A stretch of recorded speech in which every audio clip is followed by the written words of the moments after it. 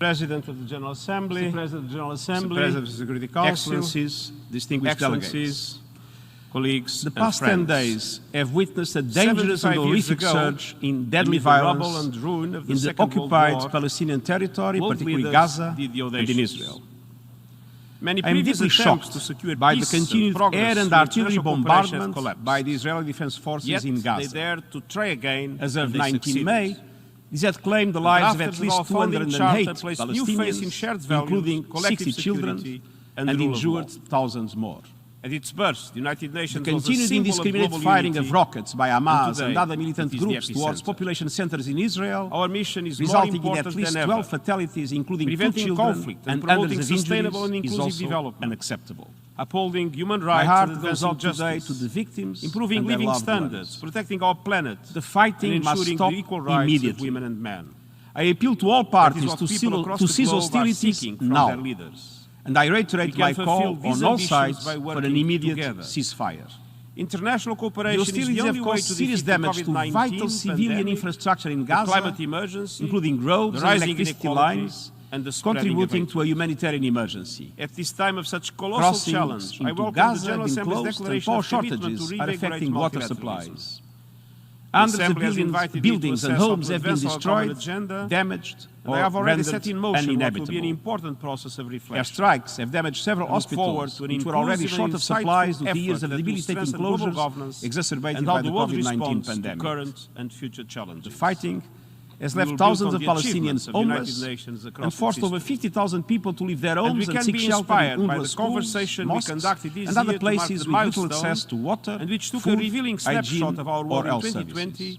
and gave voice to the I hopes was and ideas of horrified people by across the reports globe. that 9 members of one family were killed Excellencies, in Al-Shati refugee camp. We measure the success of the United If there Nations is a by the hell lives on we earth, save, it is the the lives of suffering we children ease, in Gaza the peace we today. built, the opportunities we The create, destruction of media and the right offices we and the killing of a protect. journalist in Gaza are The extremely women and concerning. men of the United Nations Journalists strive must to be bring able their to carry work out their to essential life work, around including the in clock conflict and around zones, the world. without fear of attack I'm and inspired harassment. every day by They the must be talent and protected dedication of the and UN respected. personnel from headquarters I'm to deeply the distressed by damage to field, as United you, Nations Mr. President, facilities in Gaza. just underlined. United Nations premises are Today, inviolable, we will, including during armed we will conflicts. hear directly from them. Humanitarian installations They must show be the spirit of the respected United and Nations, protected. the spirit of service for the United common Nations good. agencies and our partners That continue to spirit provide has aid fueled to us the for people of 75 Gaza. years and will guide us through the UNRWA pandemic is and providing beyond. drinking water, sanitation, We will electricity never, ever generators give up for those in our sheltering in mission schools, and in while our the World work Food Programme has to provided fulfill the electronic enduring vouchers to vision of the Charter. 74,000 Thank you people very much. in Gaza.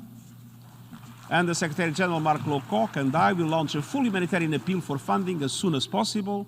And meanwhile, to meet immediate needs, I'm working on an allocation from the Central Emergency Response Fund, and the humanitarian coordinator intends to release $14 million from the humanitarian fund for the occupied Palestinian territories. I urge donors to follow through on the pledges they have made. Access for humanitarian goods is paramount. Attacks by militant groups on areas surrounding crossing points are unacceptable. At the same time, Israel has a duty to allow and facilitate rapid and unhindered access for humanitarian aid, including food, fuel, and medical supplies into Gaza.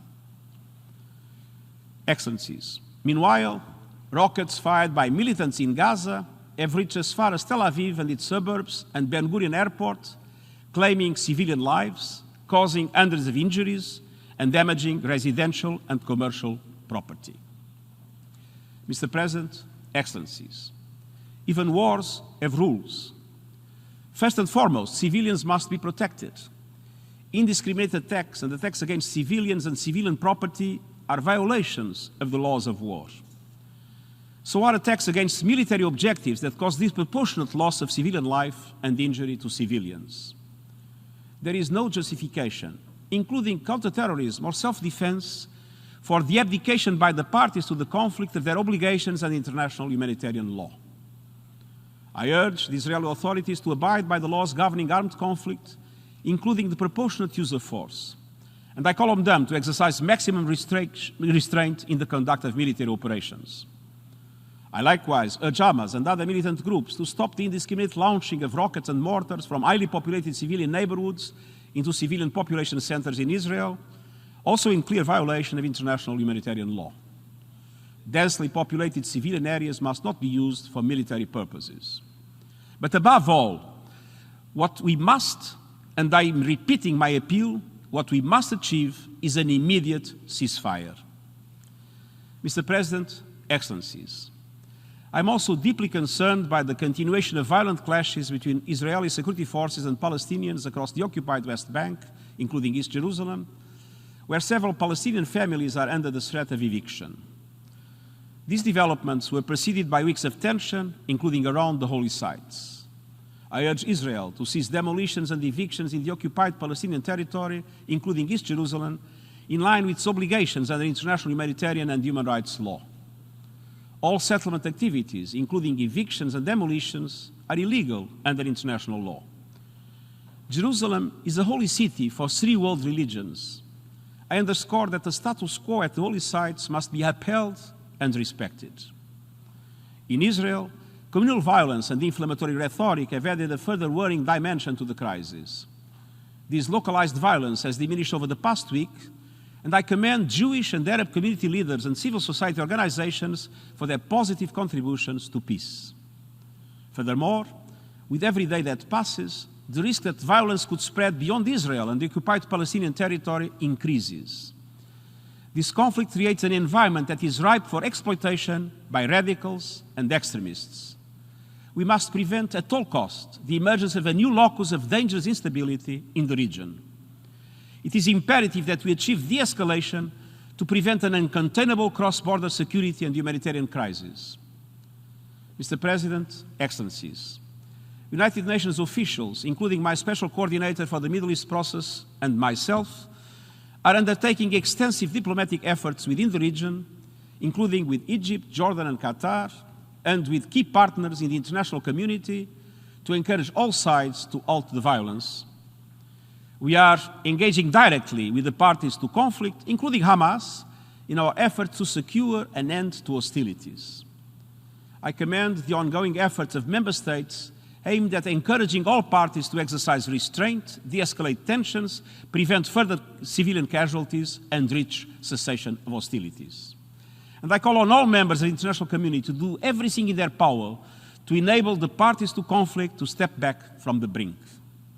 And I call on the parties themselves to allow for mediation efforts to intensify in order to bring the fighting to an end. These horrific events did not arise in isolation. They must be viewed in the context of decades of military occupation, political deadlock, grievances and hopelessness, and the failure to address the core issues at the heart of the conflict. We know far too well that violence begets violence. The unconscionable deaths, suffering and destruction of the past 10 days only serve to push the prospect of sustained peace further into the future. A revitalized peace process is the only route to a just and lasting solution. It is imperative that we keep this long-term vision alive. It starts by replacing anger and disillusionment with hope for a future in which both Palestinians and Israelis live side by side in peace and security. We must work towards a resumption of negotiations that will address the status of Jerusalem and other final status issues, end the occupation, and allow for the realization of a two-state solution on the basis of 1967 lines, UN resolutions, international law and mutual agreements, with Jerusalem as capital of both Israel and Palestine. The United Nations is deeply committed to working with Israelis and Palestinians and with our international and regional partners, including through the Middle East Quartet, to realize a lasting and just peace. Only through renewing our commitment and redoubling our efforts towards a negotiated solution can we bring this cruel violence and hatred to a definitive end. And I thank you.